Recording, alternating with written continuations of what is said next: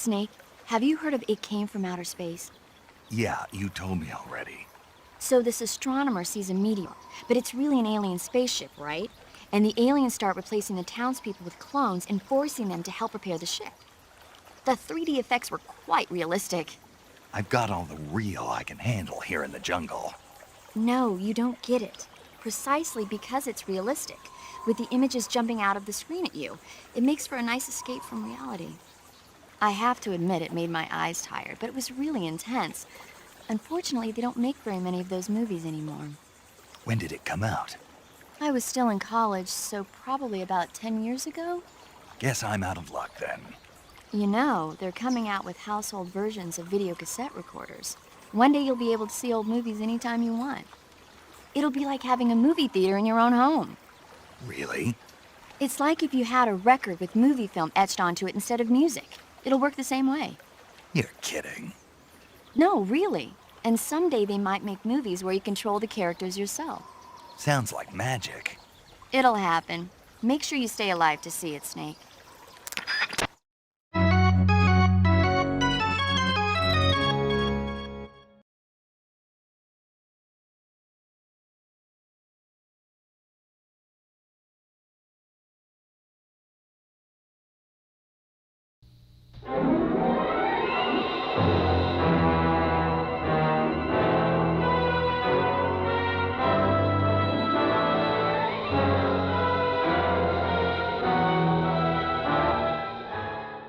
So, It Came from Outer Space, which to my understanding is an adaptation of The Thing. I haven't read the original story, but I have seen the John Carpenter one, and I think it's very good. So it'll be interesting to see the original version. Wait, this is an adaptation of The Thing, you think? I'm pretty sure it is, yeah. Not the other way around. Well, The Thing was originally a short story. Okay, so, yeah, I think The Thing was a remake of this film, but they're both inspired by, like, the original story. I see. Yeah. So, what are you anticipating? Well, I don't want to say too much about the actual Thing movie, because you haven't seen it yet.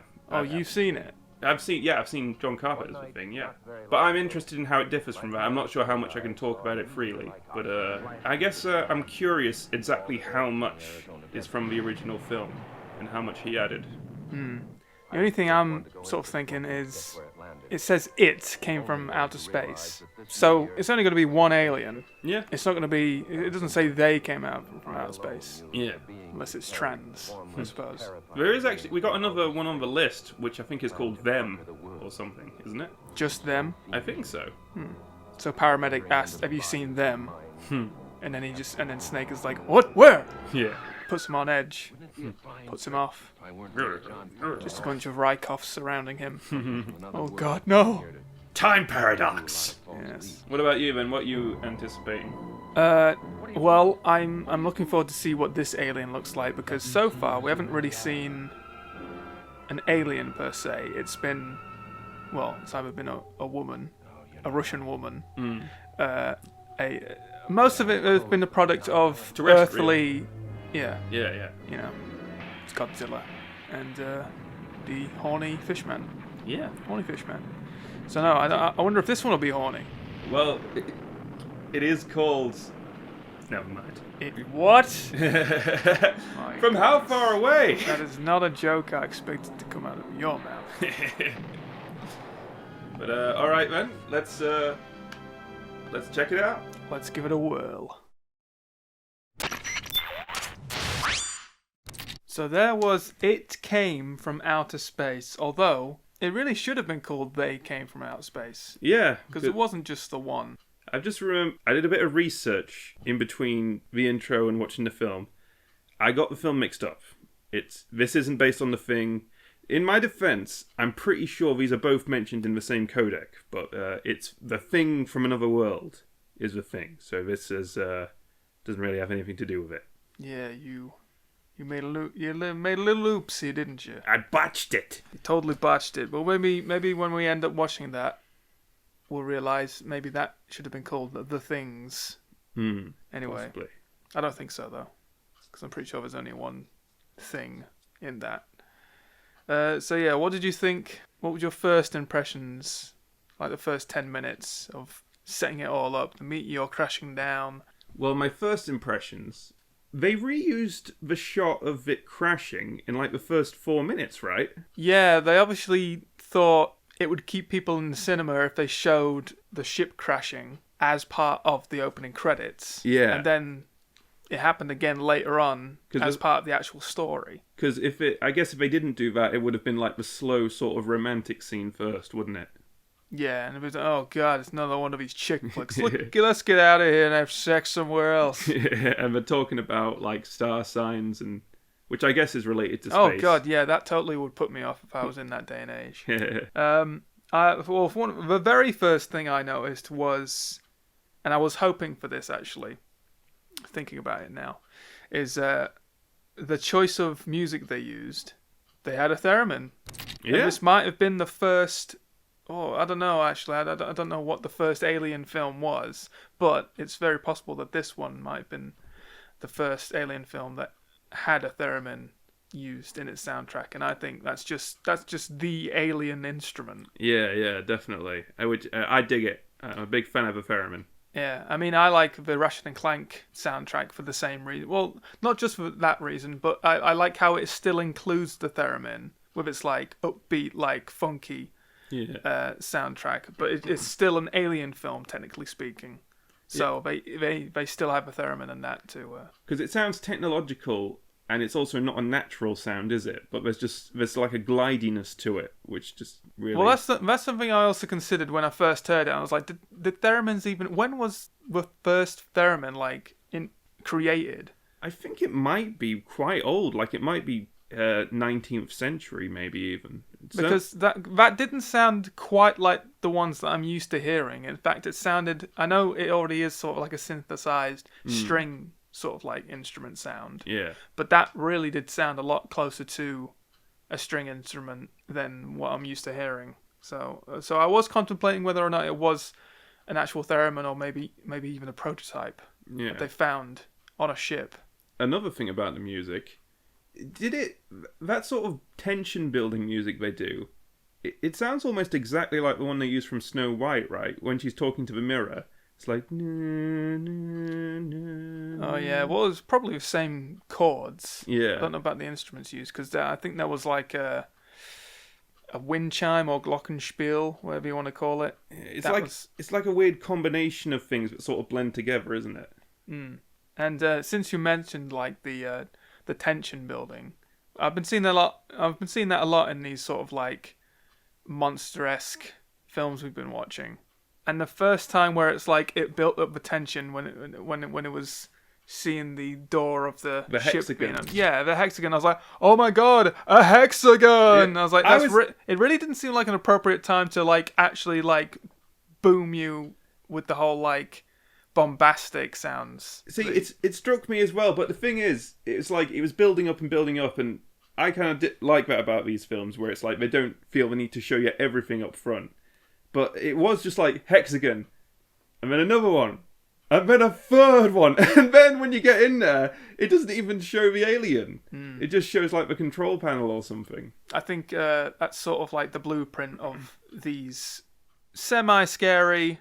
Well, I suppose they were really scary back in those days. In those days, because I have something to say about gays, seeing as I've mentioned that, but I'll say that later.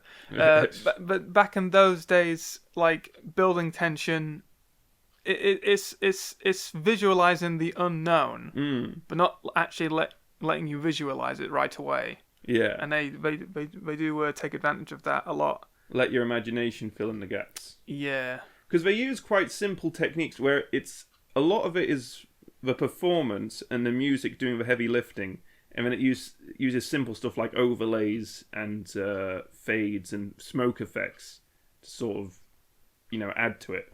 I gotta say, I was quite freaked out because they did actually show the alien, but it was so abstract at the beginning of the film, you couldn't really make sense of it. Yeah, like was it the head or the whole thing? Well, I thought the first thing I saw the eye, and then something happened to change the imagery. I don't know if it like completely cut to a different side of the alien, but it ended up looking more like a fetus. So I was like, oh, so is it like a sectoid from XCOM? Because I've actually been playing a lot of XCOM 2, which is it's coincidental that we end up watching this film, the first Alien film on the list. Mm. And I think the way the eye sort of, because there's a lot of shots of the alien emerging from darkness and sort of the eye piercing it all. It's very much an eye motif, isn't it? Yeah. And I remember thinking it was really effective when they're driving away and sort of a way that there's like a dolly shot or a helicopter shot or something, but it's sort of following the car, and the music gives you the sense like, oh, they're being watched. But it's subtle. But then the next shot is like, oh no, they are actually, the aliens in front of them are being watched. And it's, is this the one where it's, because it is invisible, right? I don't know if it is invisible, because it comes right at the car on a couple of occasions, and they say, what is that? And obviously the actors can't see it because it is special effects. It's like, I think it's like a lens effect. They overlay like a transparent image over the lens to give it that image. So when we actually see, what's his name, John? George? No, main character's called John, I think. Oh right, yeah. George is one of the electricians. Yeah. When John actually gets to see one face to face, it's like, well, the audience has already seen it a few times by this point. Yeah. And the thing about that scene where it sort of follows the car, then you see the thing in front, they always, it makes me wonder if they inserted that scene as well to sort of keep up the interest, because that's exactly the same technique they use later when the electricians get taken, right? It's the same sort of swooping shot of the car, same translucent shot of the alien. The only difference is he actually gets taken by the smoke. But then, I do kind of like that sort of shot they do, like the overlay of the eye. So, like, if the alien is invisible, it's just sort of giving us, the audience, we're having its point of view. When it's following on the side of the car as it's driving, I don't think that's the alien looking. You don't? No. I just think it's the first time it happens is establishing something's happening. I don't know. It's a very cinematographic sort of like method. I don't know, because what I'm trying to get at is that once it happens the second time, you know straight away, because it's the same perspective. You know something's going to happen again, and because it's happening to the main character, you're like, oh, movie's going to be over soon. Main character's going to get fucked up. Yeah. So I think maybe that's just to put the viewer on edge. Yeah, and also plant that idea in their head. But here's the thing. I was starting to wonder if the aliens were travelling through electricity. Because it looks up at the power lines, doesn't it? And the power lines and they sort of run alongside the thing. But then, okay, this is what confuses me. And I think I like the film, but I don't know if the logic really holds up. Because there's some sense that these aliens are ethereal, invisible, psychic. They have the power to take the human form. But they have to steal their clothes. And when there's like, he gets to his house, because there's like some tension of like, oh, can we trust these things? Are they really well-intentioned? And he gets to his house and sees a mess leading up to his closet. And he opens it and he's like, they stole my shirts. Yeah, I don't think they really explain that at all, like why they took their clothes. Yeah, because when it manifests and it's wearing the same thing as the electrician, it's like, did they need clothes to power the ship? I was thinking maybe they just burnt their clothes because it's just like a fossil fuel sort of like thing for them. There's a bunch of things that actually weren't explained in the film. One thing, for example, what is the dust trail that they're leaving? Is that dandruff? It seemed like dandruff. I thought, I don't know, was it broken glass? It wasn't broken glass, was it? No, I don't think so. And I mean, we did see the alien a few times, but I don't think we got the full picture. No. Are they levitating across? Are they levitating, or are they like dragging along? I don't know. And also, another thing that bugged me in the end is like, they want to keep a low profile. They don't want to draw attention to themselves. They just want to get some equipment so they can fix their ship and get away. So why kidnap people at all? Yeah, just leave them unconscious, and then it's like, oh, whoa, that was weird, and then let them do their own thing. Yeah. I suppose the trouble there is that if they're going around collecting electronics disguised as another human who is still out and about, people are going to pick up on the fact that they're in two different places at the same time. Yeah, but then they also sort of built up an understanding with them. I don't know if they were hedging their bets, like it's like, we're going to keep you hostages in case we need hostages, and then we're also going to subsume your lives. But then there's that other guy who they have an understanding with. It's like, hey, just stay out of our way. We'll fix our ship and we'll be out of your hair. So there's some stuff about the logic that doesn't quite... I don't quite understand it. No. Actually, do you remember that scene when he was following the copies of Frank and George? Yeah. When the door was closing, just to let you know that's where they went to, and John went to open it, the first thing I thought is that they were going to be having like disgusting alien sex in there. I don't know why, because obviously by that point it's already been established they're looking for... I don't know, has it? Maybe at that point it didn't establish they were looking for stuff to collect. Yeah. But I just couldn't help but think of that scene from Garth Marenghi's Dark Place with the eye guy. Yeah. Fucking that one patient. And he just goes, oh. I actually... Remember in the pre-bit where I made the joke about it came from outer space? Oh, yeah. But then there's a bit at the end where it's like, come on, we got to keep that posse away from them. Yeah, I picked up on that as well. I do wonder, like, I mean, obviously in those days, they weren't thinking about sexual undertones to a story of that archetype, right? I suppose not. But I was picking up on stuff, right? So every time you were seen from a perspective of alien, and it was as it was about to capture someone and then like take their image and all that, all their reactions were pretty much the same. They're just like, oh, you don't ever hear them scream, for one thing, which is a little bit weird. Apart from a woman. So they're all like, oh, it's horrible. And then she's looking on for a bit. She screams. But then again, Ellen always screams because she's, I don't know, she just likes screaming, I guess. Yeah, she screamed at a plant. Yeah. She screamed at there was a boy dressed up as a robot for some reason. Oh my God, what is it? It's like a human, but so much... It's a child. It's a child. We've seen them all the time. And then she actually does gradually see the alien and screams, and I think that's it. It takes a while, though. So I'm thinking maybe... They all have their own unique ways to reacting to a one-eyed monster, right? One-eyed monster being an allegory for a penis. So that most of the guys are like, but they can't keep their eyes off it. They're curious. They're curious of a one-eyed monster, and then she sees it. She screams, but she also can't keep her eyes off it. The only straight man in this film, I think, is John, because he looks at it, goes, "Oh fuck, it's a dick," and then he like turns away. So that's what it's an allegory for. They're not ready for the gay aliens. They're not ready for gays. Right. It's 1953. They're not ready. They'll come back. They said they'll come back one day, and they'll be ready for us. We'll be ready for them. Wow, there you go. All the way through that film, there were so many instances, because it took place in a desert. There's a lot of sand around, and actually in the craters there's a lot of scree, right? I was on the lookout so often, looking to see if like John or maybe one of the other cast members were just like gonna fumble and like completely eat shit, but they were made of tougher stuff in those days. Yeah, they all knew. He wasn't even looking at where his foot was going. He just knew. Unless they just cut the scene. There's like tons of bloopers of him just going, "Oh shit!" I'd love to see outtakes from those days because you don't see them that very often. Yeah, it'd be cool because.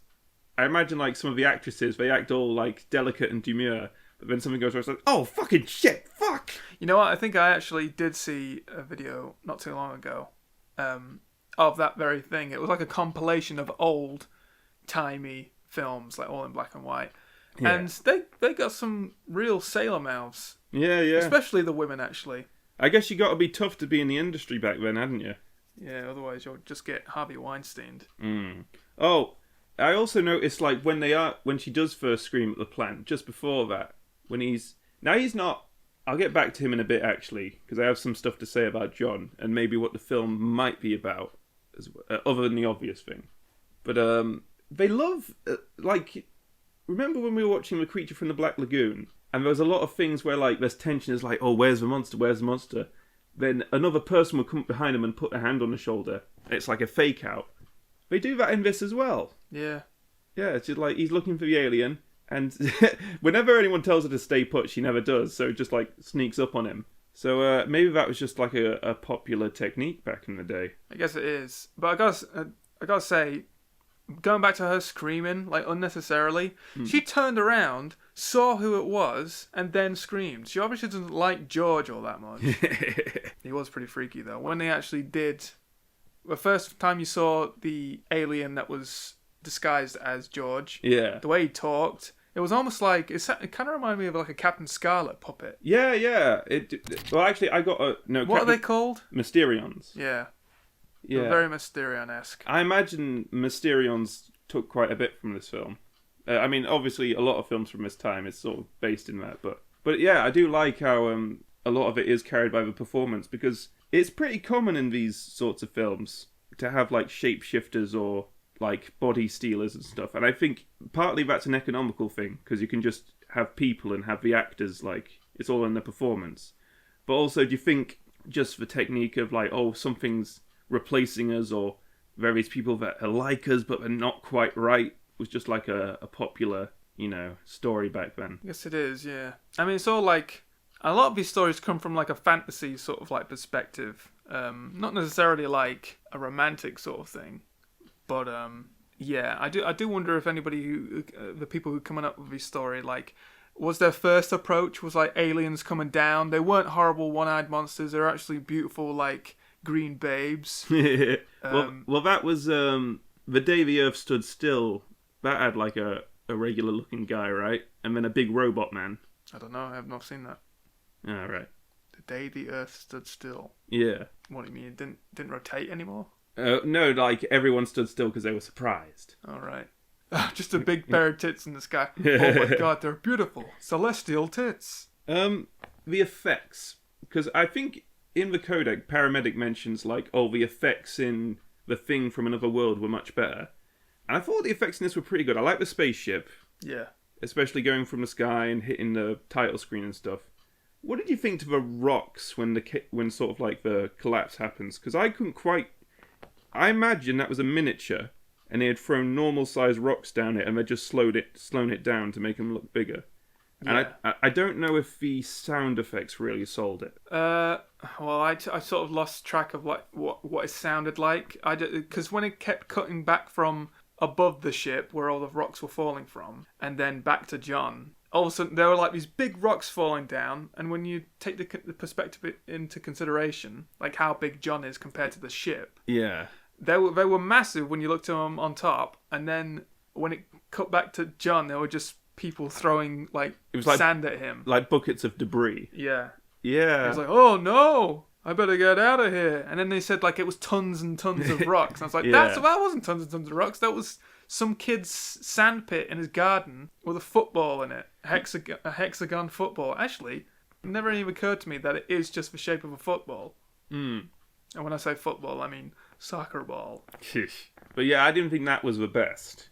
There were two lasers in the film. One of them I thought was pretty cool when his girlfriend, the teacher, who is now for some reason in a sort of a sexier dress, Ellen only has 3 dresses. There was the one that she had at the beginning of the film. Mm. There was the sort of jailhouse rock outfit she had on, which I thought was pretty cool.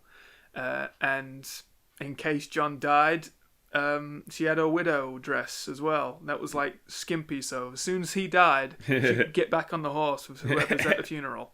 That's a good plan. Yes. But yeah, she shoots like a laser at him, and it sort of goes in a straight line. It's almost like an anime laser, and it sort of, they set it up so that the set was like it carves a dent into the wall, and I thought that looked pretty cool. Like it wasn't. You imagine if she was more skilled, she'd like move the laser around a bit more. But just in terms of the effect, I thought it looked pretty good. I think that did look pretty good as well. But what I didn't think looked good was the laser itself. It just looked like a stick or a magic wand. I don't know. I thought it wasn't great, but it still looked kind of effective to me. And I was so like into like the effect of it destroying the wall, but it kind of sold it to me. I couldn't help but think like, what would that little stick that shot a laser look like on the actual alien? Because I never even noticed like any appendages on the alien's body. It was a finger, wasn't it? She shot it from her finger. No, she was holding something. She was holding like a little magic wand. Oh, I didn't notice that. Yeah. Oh well. She looked like a witch. Yeah, she kind of did, I guess. But then, before I move on to the other laser, did he shoot her and I just missed it? Why did she fall into the water? I don't know, maybe she's really embarrassed that she missed twice. And she's like, oh, God, I can't live in this world anymore. We don't have to. You're going to leave later on tonight. No, I'm going to fall into the water and die. It's either that, or did firing the laser deplete her energy? No, he shot her. He did? He shot her like a shit ton. He shot the shit out of her, man. How did I miss... Was I just so enamored with the wall that I didn't notice? It was a really delayed reaction. He shot a bunch. Yeah. And nothing seemed to happen. And then... he dodged the 2 laser blasts, looked back up at her, and she was like, oh, wait, I think I'm dying. She didn't realise what a bullet actually did to her body. Right, that must have been it then, because I guess I must have assumed he just missed her. Oh, no. But yeah, after that, he goes down, and again, the logic here is a bit weird. It's like, oh, we'd rather blow ourselves and everyone up rather than risk getting taken prisoner. And he's like, come on, isn't that a bit stupid? And he goes, well, yeah, you make a good point. Maybe that is a bit stupid. But the lasers going from the beam, I think the initial one's all right, but then when the close-up, it's just a bunch of squares. Yeah. So that was pretty naff. Wonder how they did that. It just, and maybe drew them on, I don't know. Drew on a bunch of squares. But I have a big thesis. I have sort of like a sub-theme that goes through the film. So is there anything you wanted to bring up before I go on about that? Let's see. Well, I could talk about all the parallels to XCOM 2, but I think that would bore everyone. Actually, okay, there's a reference to another video game that's sort of relevant now. I showed you it the other day. I think it's called No, I'm Human. And it's the game where you're letting people into your house. Yeah, like a visual novel type thing. Well, in that game, they refer to the aliens that actually come from beneath the earth, I think, as visitors. And that's how they often refer to them in this film. Yeah. And I wonder if the developer of that game saw this film and a visitors is probably it's quite a universal term. Yeah, because they use that in like the first episode of South Park, don't they? Like, oh man, it's visitors. Yeah. Which is a nice way of describing, because they aren't always invaders. Maybe they are just like having a look. Yeah, just come to see like our water parks and such. They're like Napoleon from Bill and Ted. Yeah. And one last thing I want to mention is Ellen's screams. Mm-hmm. Now, I don't see women in films screaming quite like they do in those days. Yeah. They rarely give you like a shrill horror scream. Yeah. But seeing her face doesn't seem to match. I'm wondering if maybe they dubbed her in. Maybe. Dubbed in someone else's scream. It's actually a man screaming. But he was that good at screaming. He was better at screaming like a woman. Like Willem Dafoe in Spider-Man. Yeah, exactly. Yeah, it's him, Willem Dafoe. This is his first film debut. Yeah, I guess I didn't notice, but yeah, maybe she's just not giving it the emotional. Oh yeah, I actually didn't catch their names until after they investigated the crater for the first time, and when she was like yelling, "Johnny, Johnny, are you okay?" When like all the rocks were falling down, I thought she was saying "Daddy." Oh, that's the kind of relationship they had. They were just like a. Well, they were doing like a bit of like they were sort of really hamming it up in the beginning, like, "Oh, do you think a Pisces and something? Oh, well, I think sometimes you need someone to take care of you, things you can't do," and you know, because I was thinking for a bit, this might be another example of a Kojima scientist, like, because I wasn't sure she was a teacher at first. I was like, is this another hot scientist that gave Kojima his interest? No, just a modern day thought. All about astrology. God. I guess it was... They had it in the newspapers back then. It was just a fun thing. But here's my big... Before it was like... Obviously there's a whole like... Oh, man is destructive and they destroy things they don't understand. In fact, I thought it was pretty funny. They don't even show him stepping on a spider. He just sort of moves to the left and goes, "I'd do that." And then he's like, okay, I guess I know what he did. But I also think there's sort of this element of like not being believed. And like everyone's telling you, "Oh, you're crazy. You don't know what you're talking about." And he's like, "No, I'm telling you the truth. I know." And I guess that's a good quality in some people because, like, you know, there's like Galileo who wanted to tell the truth, but the church wouldn't let him. So when you're right, that's a good quality. But I was thinking I guess it's bad when you're wrong, isn't it? I think for a viewer, it's quite frustrating because we know what's right. We're seeing it all, but you can't help but like sympathize with the people who don't believe him, because would you, if you hadn't seen it for yourself, would you? I don't know, but I did find the pilot of the helicopter funny. Just his voice, like, Yeah, you're full of shit, buddy. Like, Oh yeah, he said, "Oh brother," like so often. I was wondering, is this John's brother? He's saying that quite a lot.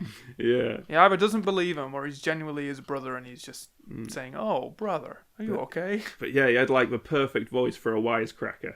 He did. I'm sort of disappointed we didn't see more of him. Yeah, I thought. Why don't the aliens take over him, and then we could just? Well, I suppose they would make him boring. Actually, Yeah, he wouldn't have a voice, would he? No. But Oh brother. Oh, see, it's him. Nothing wrong with Pete. It's just his usual self. Yes. Oh brother. Oh jeez. But Keep then your shirt on. there's sort of like this recurring theme of perception and truth and interpretation and stuff, because he thinks that the aliens have killed. What was his partner called? It was George and Frank. yeah, Frank. He thought Frank and George were dead, but then immediately after that, in the next scene, they're not, and they're like, "We didn't take your bodies or your souls," and stuff like that.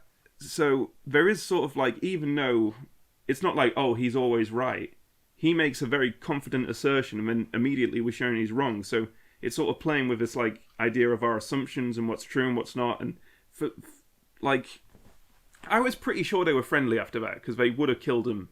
I think they probably would have killed him if they didn't need him. Made him bleed. Well, yeah, that's true. Or maybe he made himself bleed. He just cut himself in the window. Yeah. But what would he cut himself on? I don't know, crash. Or maybe he did hit. I thought you were going to say crack. Yeah. But what were your feelings on that? Like, were you pretty confident the aliens were nice, or were you not sure right up until the end?